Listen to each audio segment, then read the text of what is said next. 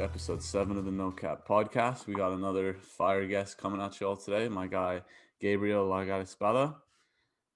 Gabriel, thank you for hopping on, bro. How are you doing today, man? I'm good, man. Thank you for having me. Of Yeah. course, bro. Now I know you're a fitness and lifestyle coach in Vancouver. You're working over at Restore Human right now. Do you want to just kind of tell the people a little bit about who you are and what you do? Yeah, for sure. So I moved to Canada about 5 years ago to study kinesiology. And getting towards my last years, I discovered this gym called Restore Human. And I wouldn't really call it a gym so much as it is a movement studio. We really focus on teaching people how to move, but also what kind of movements fit their body.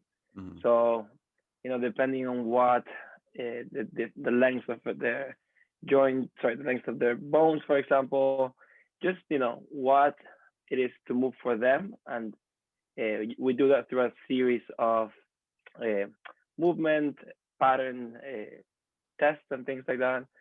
And on top of that, we emphasize a lot the aspect of movement for what, right? Mm-hmm. So you have this body that allows you to do this variety of things, and that's your decision what you want to do with it. So what we focus is on showing you how to make sure that you take care of it, so that Mm-hmm. when you do the thing that you want to do, you don't end up getting hurt.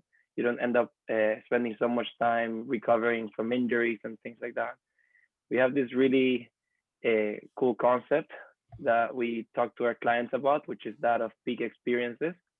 So think of a time where you were perhaps surfing or up in the mountain, and just a moment where you were really present with everything that was around you, your surroundings. Mm-hmm. And those are the things that make you feel really alive. So we try to get our clients to, if they don't know yet, start getting a little bit of an idea of what would be those peak experiences for them in the physical sense, so that then we can provide the framework in terms of training so that they can get there safely and continue doing whatever it is that they love Mm-hmm. for the longest amount of time. Mm-hmm. Mm-hmm. Yeah. Okay. That's dope. I kind of want to talk about your journey going into fitness. I know you kind of talked about, you moved over to Canada, but at what point did you know that you wanted to get into that industry and help other people? Was that before you even moved to Canada? Yeah, man. So, wow. Yeah, that would take me back all the way to I was honestly, since playing video games when I was a little kid, Mm-hmm. I used to play like role playing games where you could evolve your character into becoming stronger versions of himself. Mm-hmm. And that kind of set this like framework for what I wanted to do with myself. And then I found exercise and fitness, and I was like, that's kind of like the same, but just in real life.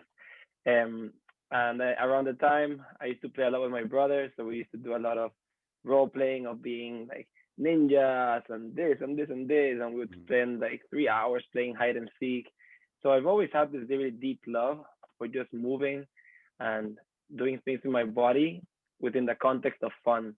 And then as I grew older, I discovered these other modalities such as just weight training. I did some Olympic weightlifting, some powerlifting, some CrossFit.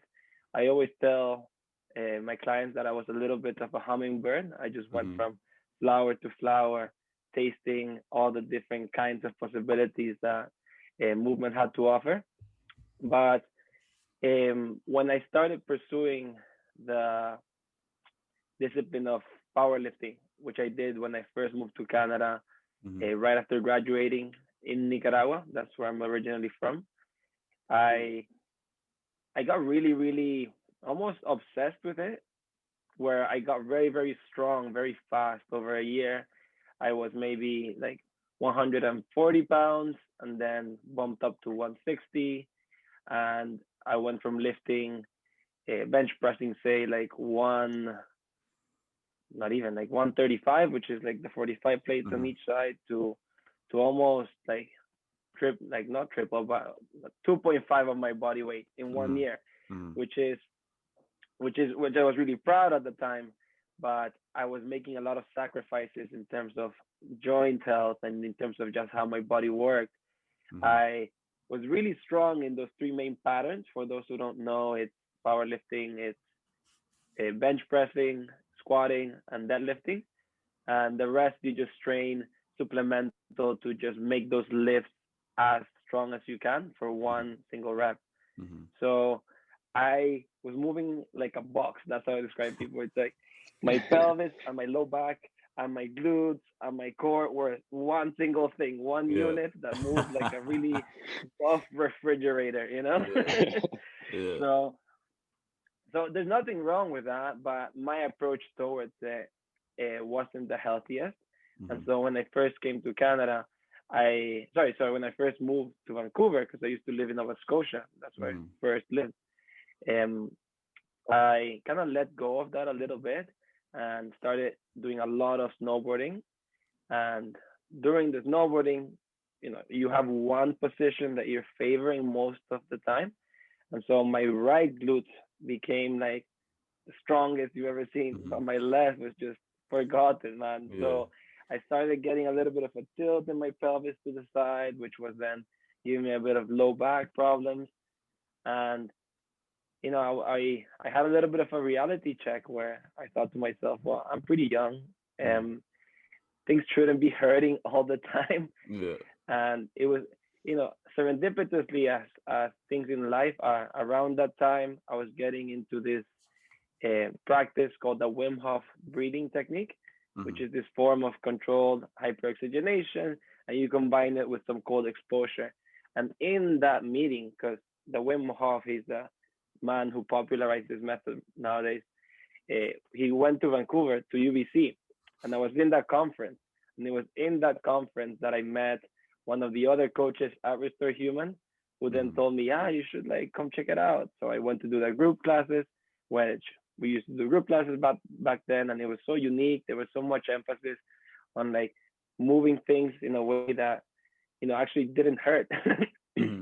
Mm-hmm. And I had never thought about that before because for me it was all about like the mentality of powerlifting and weightlifting was like, okay, what's it's legs day or Yeah. it's chest and tries or it's Yeah. back and biceps, and I loved all of those things too. Like I am I'm an advocate for all things movement. Like whatever it is, the thing that's making you feel good when you move, that's what you should do.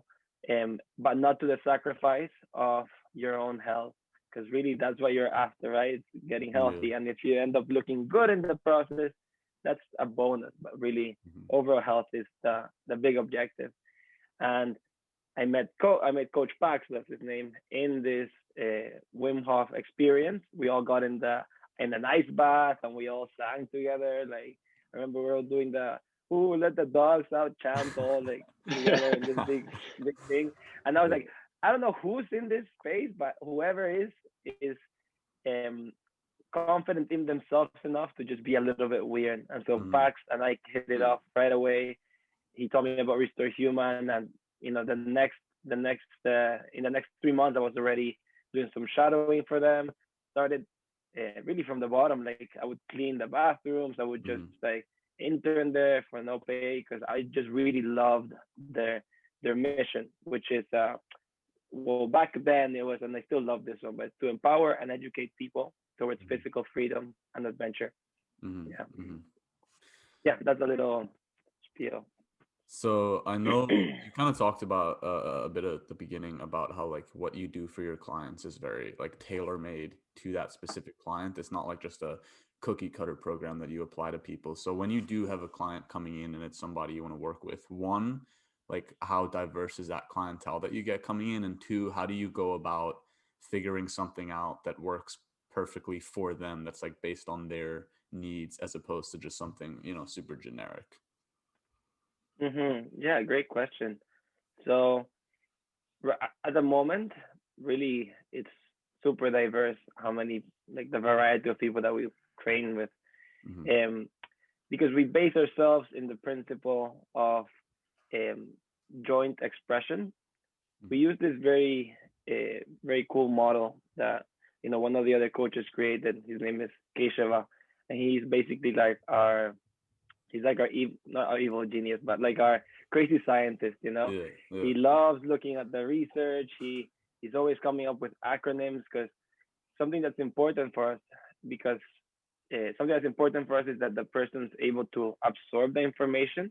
Mm-hmm. So it has to be digestible. So I'll just walk you through an introduction session, right? So person walks in, we have a little chat, we discuss a little bit about who I am, about what the studio is, and about their own movement diary. So all the things that they might have done in the past, any sports that they used to play, any injuries, any accidents that they faced. And based on that, I start creating this like little mental scheme of, okay, for example, let's say he's a football player. If he's a football player and he's very expressive with his words, I'm gonna do what's called a philosophical screen. So Mm-hmm. it's the physical screening, which most people know. It's like I'm gonna do a movement assessment of some kind, but the philosophical screen is where in the tone gradient is his body. So is he more hypertonic or hypotonic? Is he more familiar with high levels of tension going through his body, or is he more loose, or like a dancer or a yoga practitioner, something like that?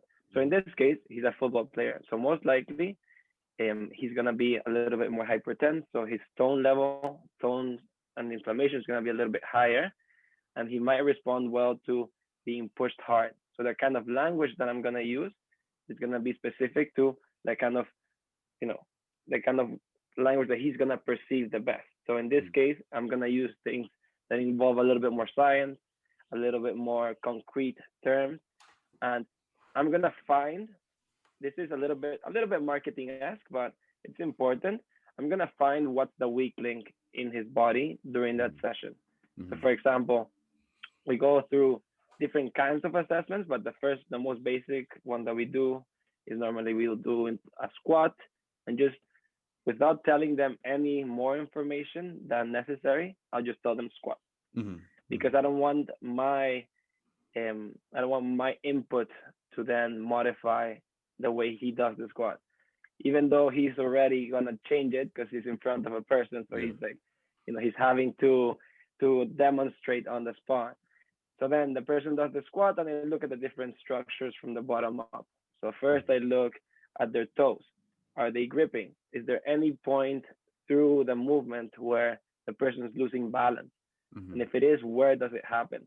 Is the pelvis tracking well? Are the knees caving in or out? There's all these little things that tell me if he's engaging a well distributed activation of his muscles, that then I can either push him there or make the thing harder. Mm-hmm. So, for example, for most strong people, they're very good at using momentum to, they're very powerful. They can throw a punch really hard. So maybe I'll load him up and put like really, really heavy sandbags on his body and see how slow he can go. And when I force him to do things slow, I can see exactly where the little gaps the little areas where perhaps he's not as strong. And so if that's an objective that he has, which is like, I want to be better at football or whatever his sport is, then I know, okay, we can work on these specific things. Mm-hmm. So that's one example of how we would do it. Normally, the first session is to do a little bit of an assessment. Once they actually get on board with the training, we do we call it's our big five test. So Mm-hmm. it's a series of different movements that just tell us more about those kind of things. How are the movement patterns being expressed? Are they activating muscles closer to the body, which can generate more power? So is their foundation strong? Or is it like something specific? Sometimes even like the big toe not moving can influence that a lot. So I'm kind of rambling a little bit now, but to condense it into answering your question, really, it's a dialogic process that Mm-hmm. grows as every session happens. So every session where I describe what I want the person to do and they do it, I'm observing and looking at where am I gonna take it next, and if my hypothesis of what his body or her body needs is actually true. Mm-hmm. Because I'd be lying if I said that first glance I know exactly what's wrong with someone, because Yeah. you need to put some force into tissue over time to be able to see what the changes are. Mm-hmm. And based on those changes, you can pivot and adjust. And my goal really is that through that process, I can get he or she or they really excited with the process itself. Because Mm-hmm. then it's you're learning about how to take care of your body, and you become a little bit more independent as we go. So Mm-hmm. it's very tailored to the person, but it's also the objective is getting the person to be able to eventually do it by themselves. Yeah. Yeah. So looking at that relationship, what does developing that relationship with the client and kind of seeing their progression over time? Because naturally, when they first step into your gym, they might not know certain things and you teach them, and seeing their progression, what does that mean to you, as a trainer, kind of being able to help them achieve their goals at the end? Like emotionally. Yeah, emotionally and also kind of Oh, just in a general sense, because I bet it must be really rewarding Yeah. and kind of a reason why you also got into fitness to help others. man, it's hard not to answer that question without getting emotional, honestly, because that like there's times where and it doesn't always happen, but when you actually do a good job with a client and they've been perhaps in a lot of pain before they came, or I'm thinking of one in particular, Mm-hmm. one of my clients, she came in just really wanting to just get stronger in general. She's a mom, and so she deals with the everyday challenges of being a mom and managing like a family. And the effects that just becoming stronger and learning more about her body have done for her are Mm-hmm.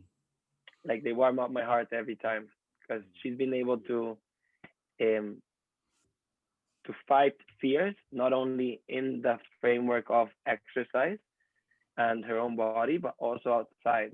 She's done things that take a lot of courage, and the fact that she allows me to be that person who facilitates, even at a physical level, something that can create so much difference in her life. Mm-hmm. It's hard to put into words. And so we actually at Restore, we because what we're trying to do is really like infuse a culture of people that wanna be healthy for the long term and like physically fit. We Mm-hmm. call it adventure ready. You wanna like Mhm.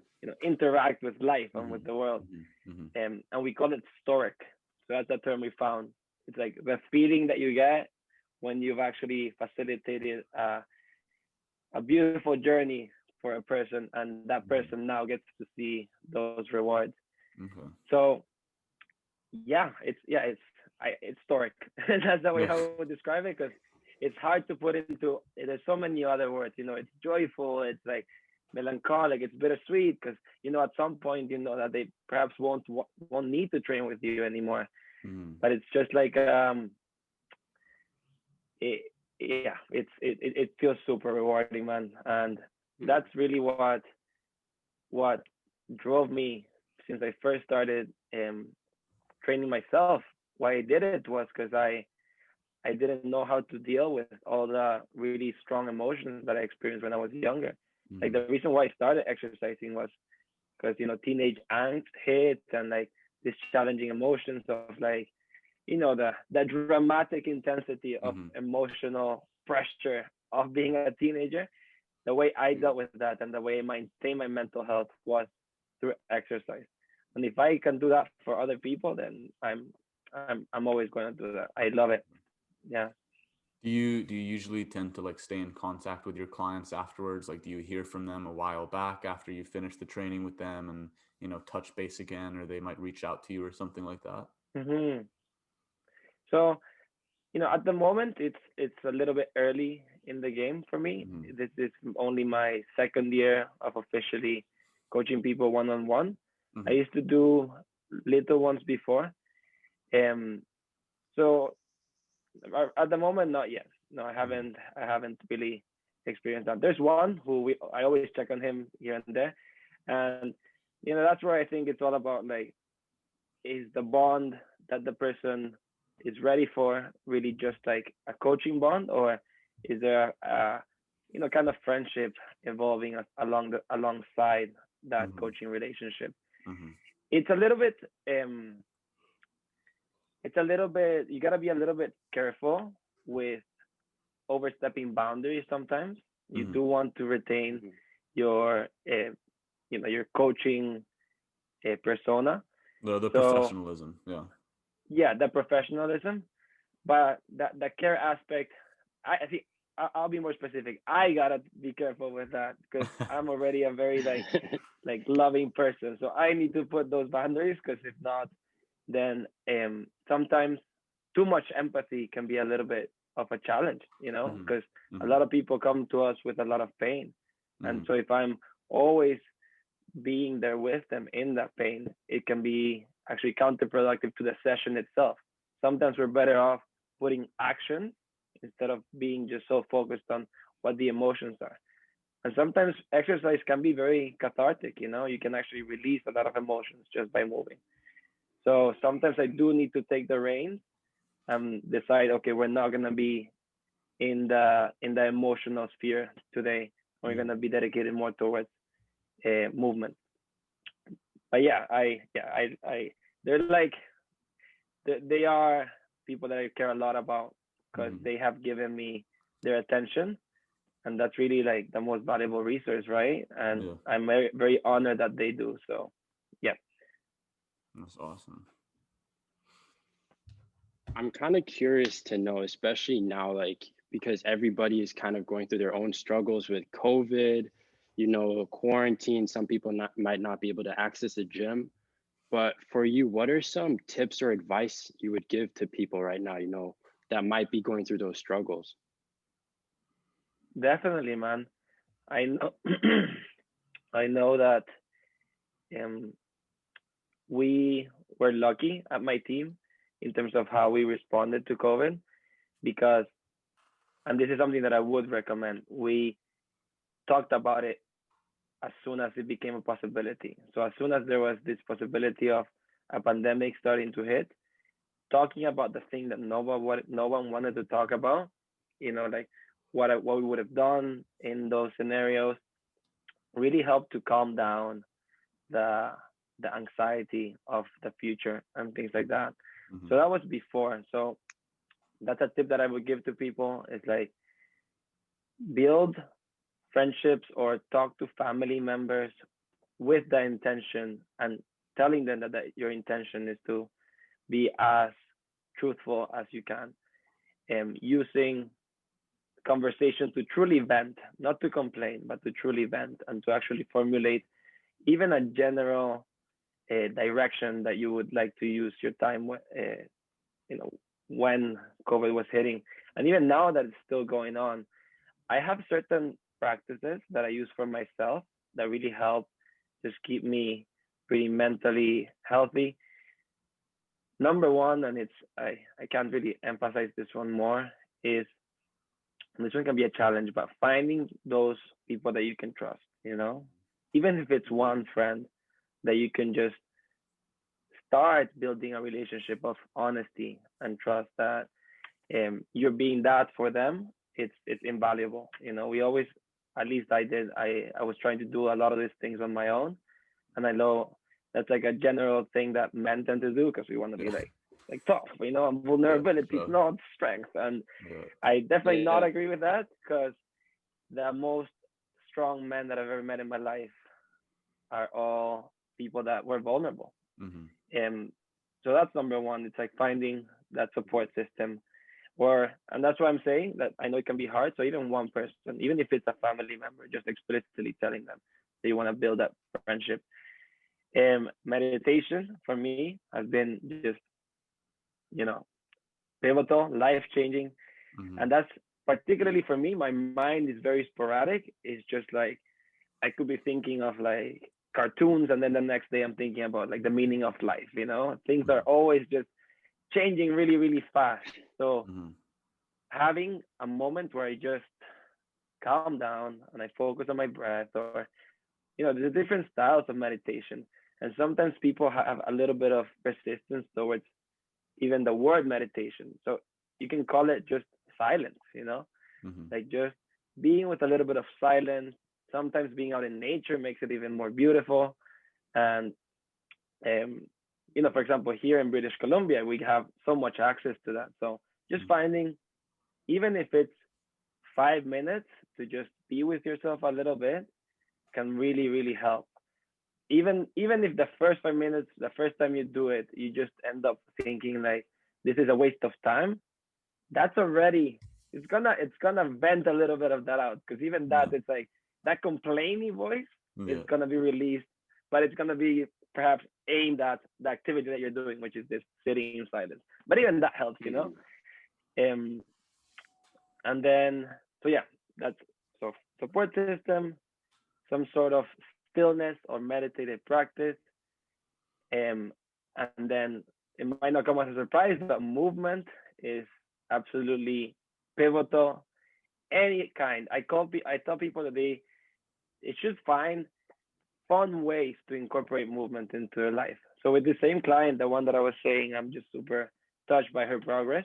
One of the things we figure out together is, okay, you don't enjoy doing workouts at home because perhaps there's other things that are happening at home, and so it's not as fun.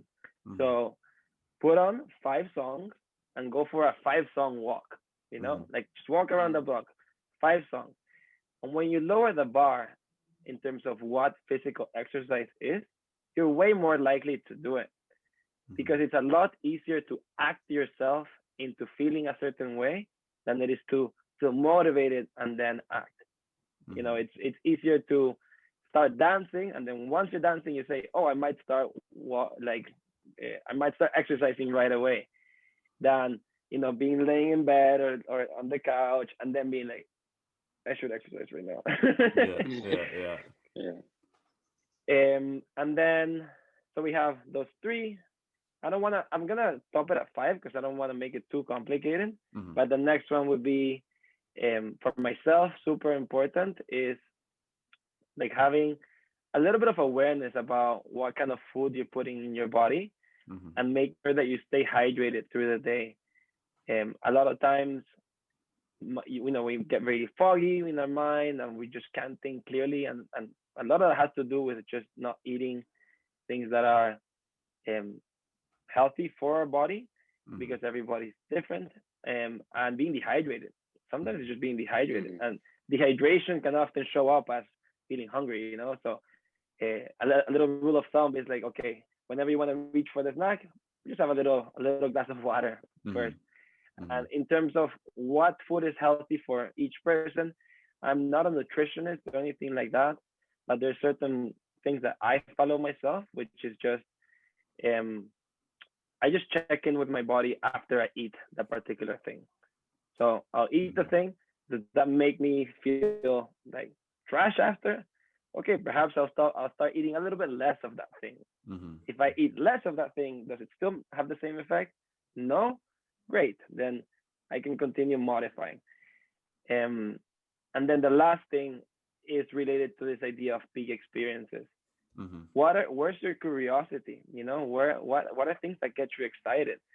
What's the YouTube video that you can watch, but you won't be as excited to show other people because it's kind of like nerdy or like Mm-hmm. unique to what you enjoy.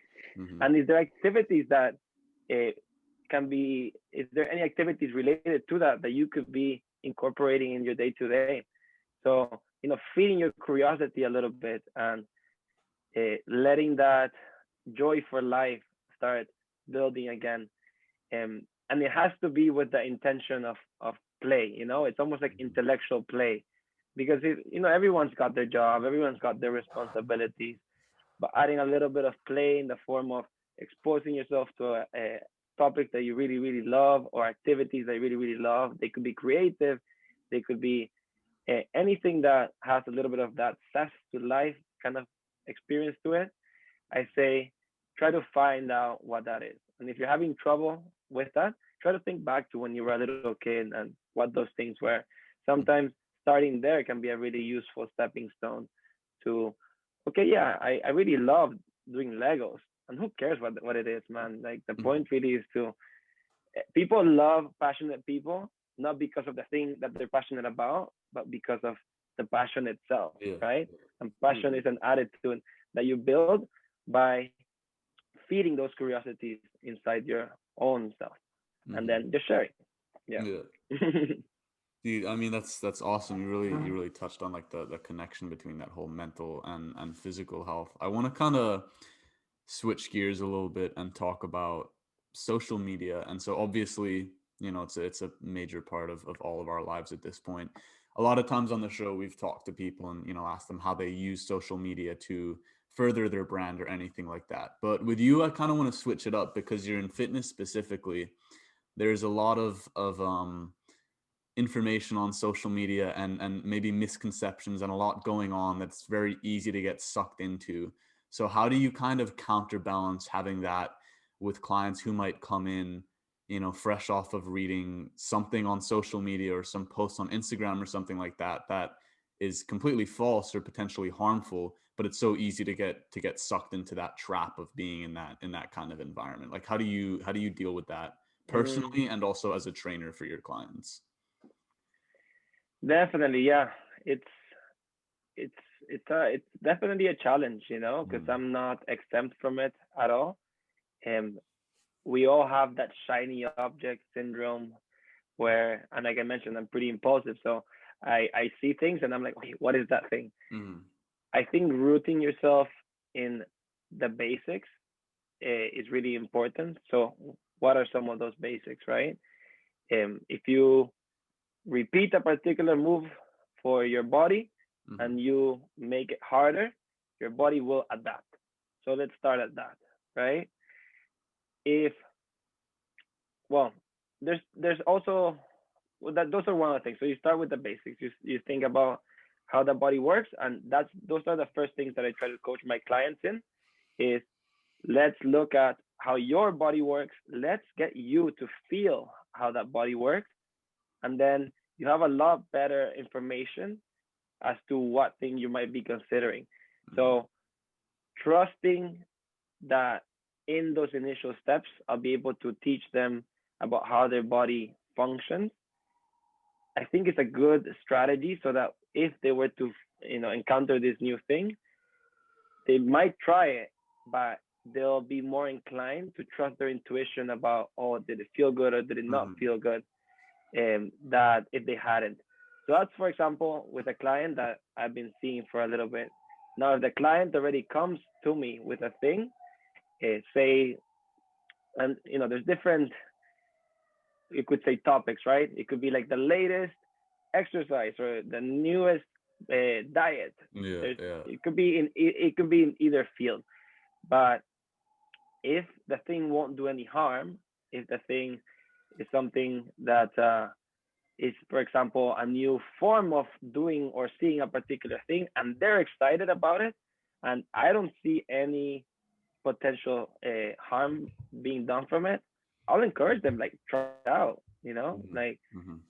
don't take my word for it. I can give you my opinion, but try it out. Like do it for the month that they're recommending, and see if it has any positive effect. And perhaps if it's worthwhile, I'll have a look into it more.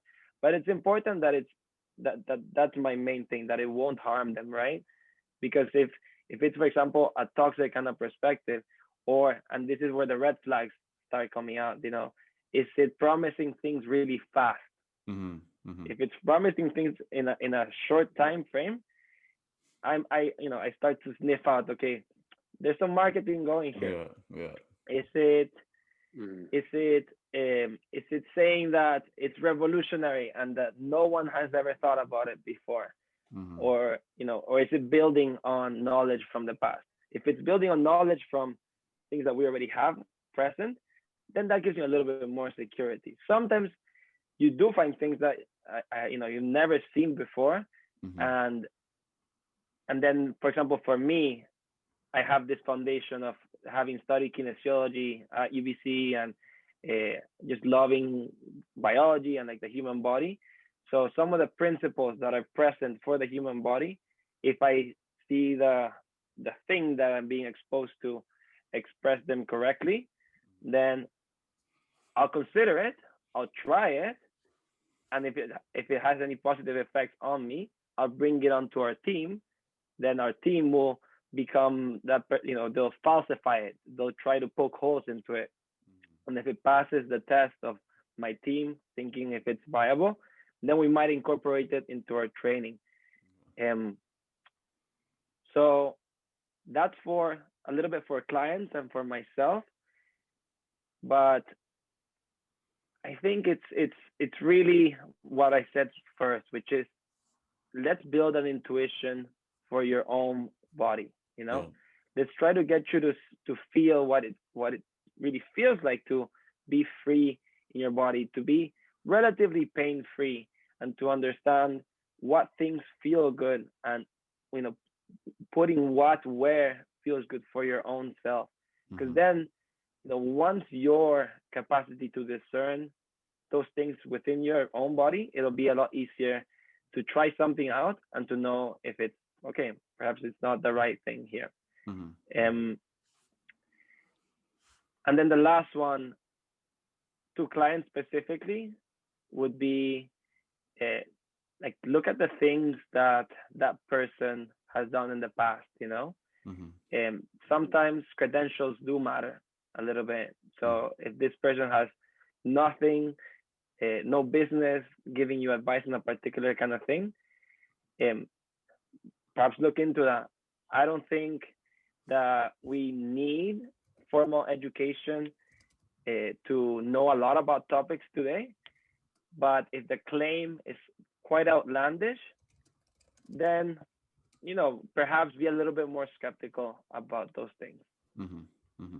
Yeah, sure. Yeah, and sorry, I didn't really answer it very concise. No, that makes complete sense. Yeah, because there's so many different kinds of myths, right? Yeah, of course. Yeah, it's complex. Yeah, it even boils. I always look a little bit underneath it all, and the thing that I noticed for myself, for example, is, am I doing this thing that they're suggesting because of a particular insecurity?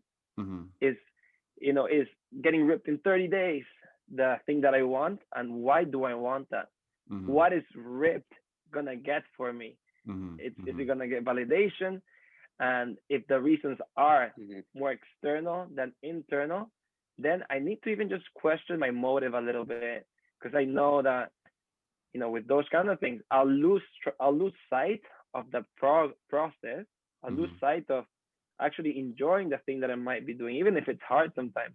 And I'll start just thinking about, okay, how am I gonna feel when I get that body, or lose those 20 pounds, or get that massive and like muscular? Yeah. Because once you get there, most people will tell you, once you get there, like, you realize that people care more about how you treat them, your personality, and your general kind of approach to life than a few little muscles. You might be great at helping people move houses, but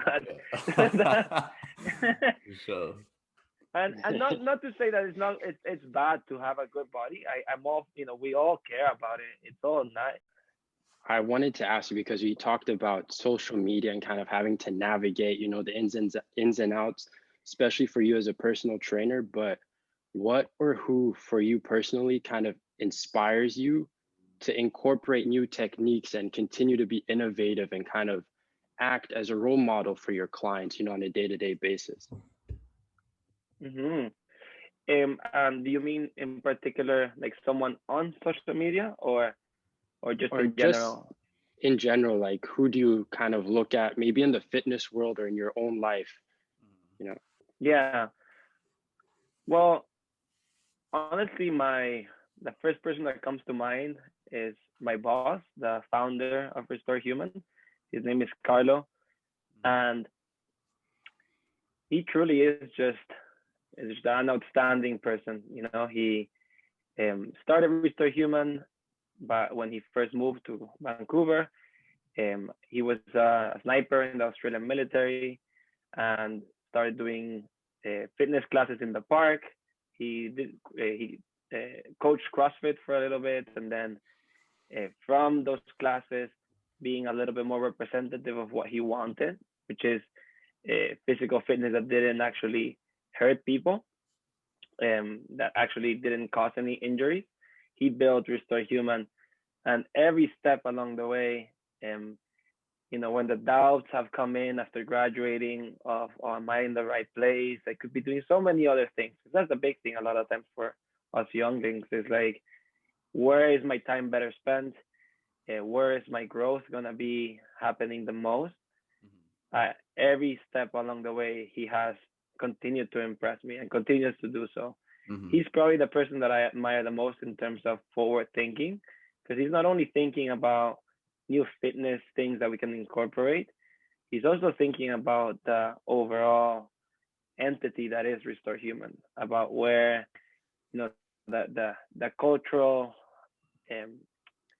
what's the word I'm looking for? Not the blueprint. What's the legacy? What we want to leave behind. Yeah. What's the thing that people are gonna remember? And so he's probably my number one because he's given me so much in terms of just teaching me how to be a good coach and just how to be responsible for more than just the clients, but also the other coaches and the business and those kind of things. So he's probably my number one in terms of that. In terms of people on Instagram that I really admire, there's quite a few. There's this lady from the UK, Shona Virtue. I don't know if you know her. Shona used to be a gymnast, and now she just shares fitness information and things like that. And I think she's very, very talented. She is very smart about the way she trains individuals and just the information she shares. And yeah, she's probably another one that I really, really admire, just in terms of how she expresses her message to the world. Like she's probably the best, one of the best Instagrammers for that I know. There's this guy out of New York.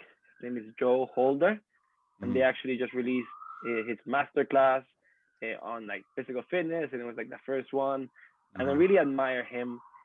So nowadays I'm looking less for new movements and things like that. If there's some like outstanding news or some like piece of research that is like something that really calls to my attention, I have a few select group of like kinesiology professors, just people that are doing some research in the field, whose opinion I trust. And so that kind of informs me to bring that conversation to my team. But Joe Holder really represents to me what I would love Restore Human to do, which is once we get a certain level of success, to continue to be able to give back more and more. He does a lot of community outreach work, and yeah, he gives back a lot to the community, and that drives me quite a bit. And then I'd say in terms of mindset, I don't know if you guys saw adventure racing on Amazon Prime. It was a eco challenge on Amazon Prime. I didn't see this. No. It's so freaking cool, man. It's basically 683 kilometers of going in a paddle on this like boat, then like running up and down a volcano, and all competing with these teams. And the people who won, it's Team New Zealand, and his team leader Nathan Fave. He's like my idol. He's got the New Zealand accent, so it's like it's hilarious. It's so fun to listen to, and just very determined, very collected, knows how to delegate, and he's probably like my role model for leadership, which funny enough, a lot of those things Carlo, my boss, has. So he's also Australian, so the accent also is quite funny to me. Right. Okay. Yeah. So I would say those people are Awesome, so my inspiration. Oh, sorry, no, I couldn't not mention this guy in this conversation. Aubrey Marcus, he's the CEO of On It. He's got the Hobby Marcus podcast, and he's the first person who introduced me to spirituality. He I listen to his podcast the way people will watch a new TV show. That's how much I enjoy his perspective on life and things. And he's probably like my almost like business role model, because he's built a company on the premise of helping people become the best versions of themselves at a physical level. And he does so much to just like share all the lessons he's had in life. And yeah, he's got to be on that list as well. Yeah, for sure. Before we wrap up, I want to talk to you about, so obviously you and me are both in Vancouver. You've been, a part of the fitness industry for the last couple of years. I've been lucky enough to be a part of it as well, from working in gyms and my own experiences. And Vancouver is a very, like fitness is quite big in this city, like this whole health, fitness, lifestyle movement. So how has that been for you, somebody who loves those things already, to come into a city that's kind of perfect to pursue those passions and to make connections in that sense? It's a good question, man. I never actually thought about that. Because I didn't know anything about Vancouver before coming here. All I knew was that Vancouver had beautiful mountains and that I was gonna be able to go snowboard, which I freaking love. Yeah. And so finding that out has been super, super fun. I never run out of activities that I could potentially be doing. Sometimes it's a little bit of a challenge with people that have really, really strong ideas about what the right kind of movement is. Yeah. So there's sometimes a little bit of a dilemma, a little bit of, oh, what I'm doing is like better, or what I'm doing is just more effective than what you're doing, and all those kinds of things. But like I said at the beginning of our conversation, whatever it is, the thing that you love doing, man, I'm all for that. If you love CrossFit, go do CrossFit. I might try it, and if I like it, I'll try that for a little bit. The cool thing is that you find a lot of like-minded people when it comes to a little bit of that connection between movement and spirituality. That I really didn't think. I can't think of a place that would have fit better than here. I started that process towards myself of wanting to learn about spirituality, and people here are very much present on that front. But the thing that really has made the biggest difference in terms of Vancouver having an effect on me has been nature itself, and the culture of getting involved in nature and going up for hikes and camping and conservation. In Nicaragua, there's not really that much consideration for nature. We have beautiful nature, but the culture is not there to spend time out in nature. Or maybe it is, and I just didn't experience it myself.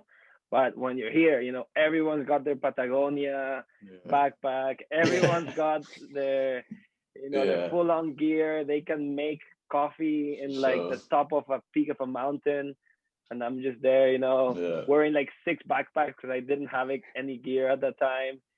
But every time I've gone, like that feeling of being with other people out in nature has been life-changing. And that's where, again, this concept of peak experience is funny enough. Peak experience, peak of a mountain.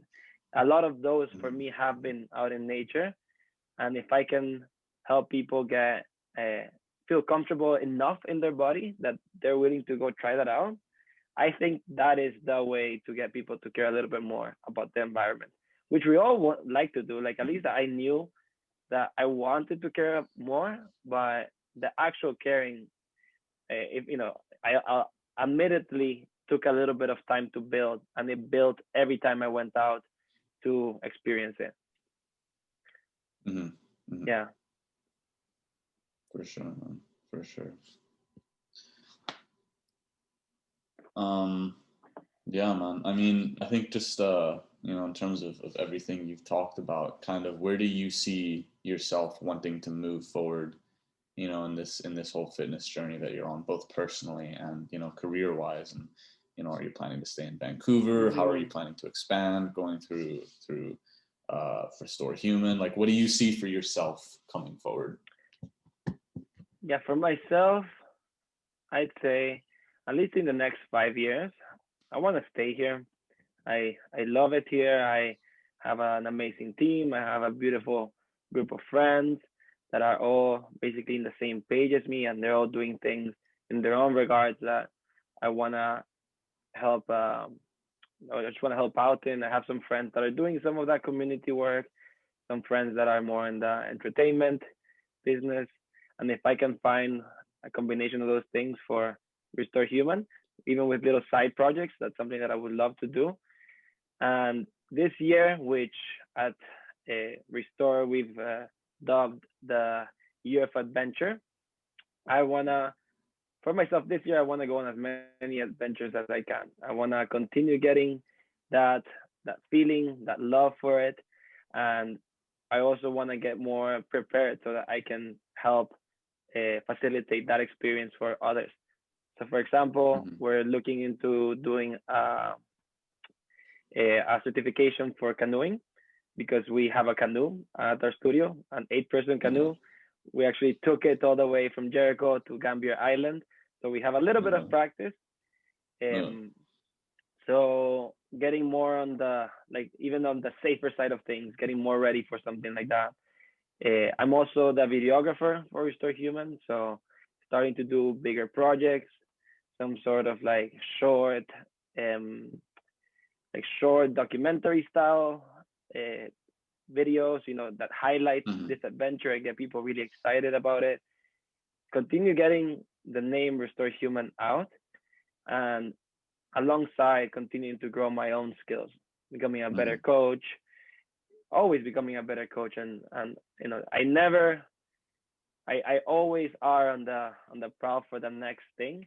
My problem is not lack of interest, is lack of what the right kind of thing I should be focusing on is.